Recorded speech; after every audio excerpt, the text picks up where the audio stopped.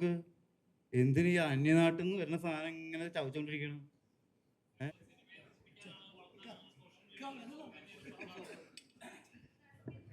സിനിമയെ നശിപ്പിക്കാനും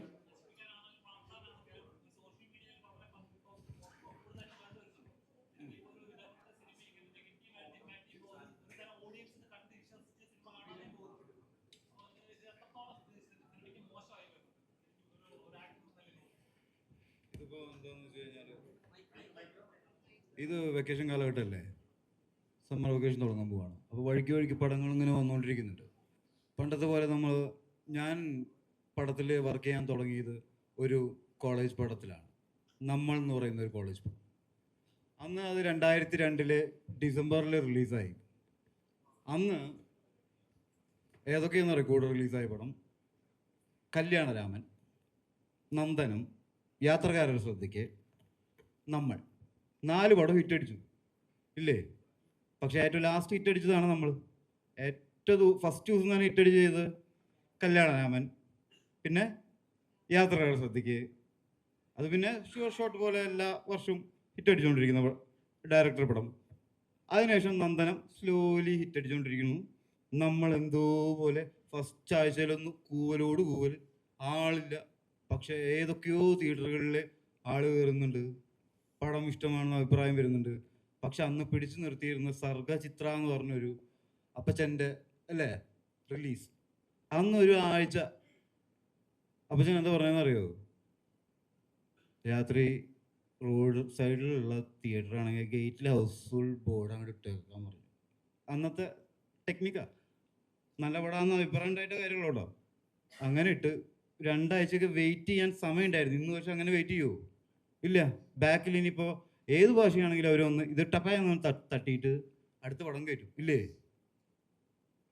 അപ്പം നമ്മുടെ പിള്ളേര്, പുതിയ പിള്ളേര് ഒരു സംഭവം ചെയ്യുമ്പോഴും പഴയ പിള്ളേര് ചെയ്യുമ്പോഴും നല്ലതാണെങ്കിൽ സപ്പോർട്ട് ചെയ്യുക, മോശമാണെങ്കിൽ സപ്പോർട്ട് ചെയ്യേണ്ടതെന്നല്ല. മോശമാണെങ്കിലും നല്ലതാണെങ്കിലും നമ്മുടെ നാട്ടിൽ നിന്ന് ഒരു വിളവ് ഉണ്ടാവുമ്പോൾ അതങ്ങോട്ട് ഇതങ്ങോട്ട് തിന്നൂടെ നമുക്ക്? എന്തിന് ഈ അന്യനാട്ടിൽ നിന്ന് വരുന്ന സാധനം ഇങ്ങനെ ചവച്ചുകൊണ്ടിരിക്കണം?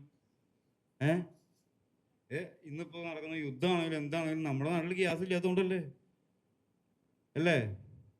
എന്ന് വെച്ചാൽ അവിടെ യുദ്ധം ചെയ്യണമെന്നല്ലേട്ടാ ഞാൻ പറഞ്ഞേ. ഇനി ഓക്കെ, അപ്പോൾ നമ്മുടെ നാട്ടിൽ നിന്ന് ഒരു സംഭവം ഉണ്ടാകുമ്പോൾ അത് ലോകത്തെ ഏറ്റവും വലിയ ഇൻഡസ്ട്രി എന്ന് തന്നെ പറയാം നമ്മുടെ ഇൻഡസ്ട്രി. അതായത് കൊറോണ വന്നിട്ട് പോലും ഇവിടെ നിർമ്മാണം നിർത്തി വെച്ചിട്ടില്ല, സിനിമാ നിർമ്മാണം.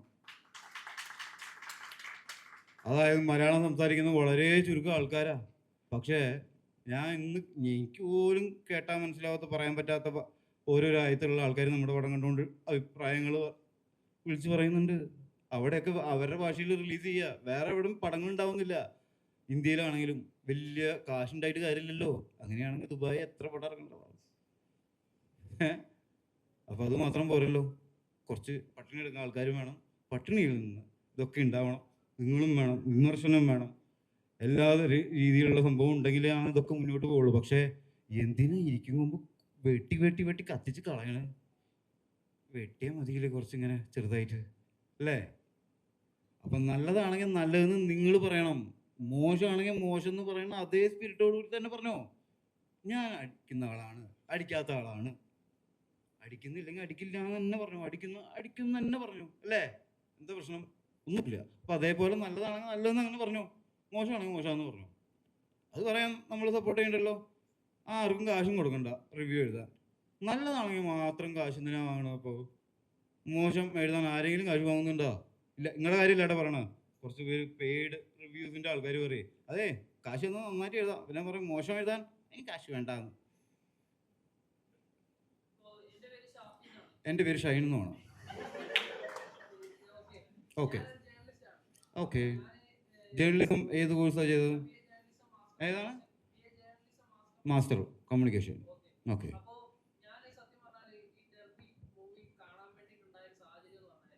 തിയേറ്ററിൽ പോയപ്പോൾ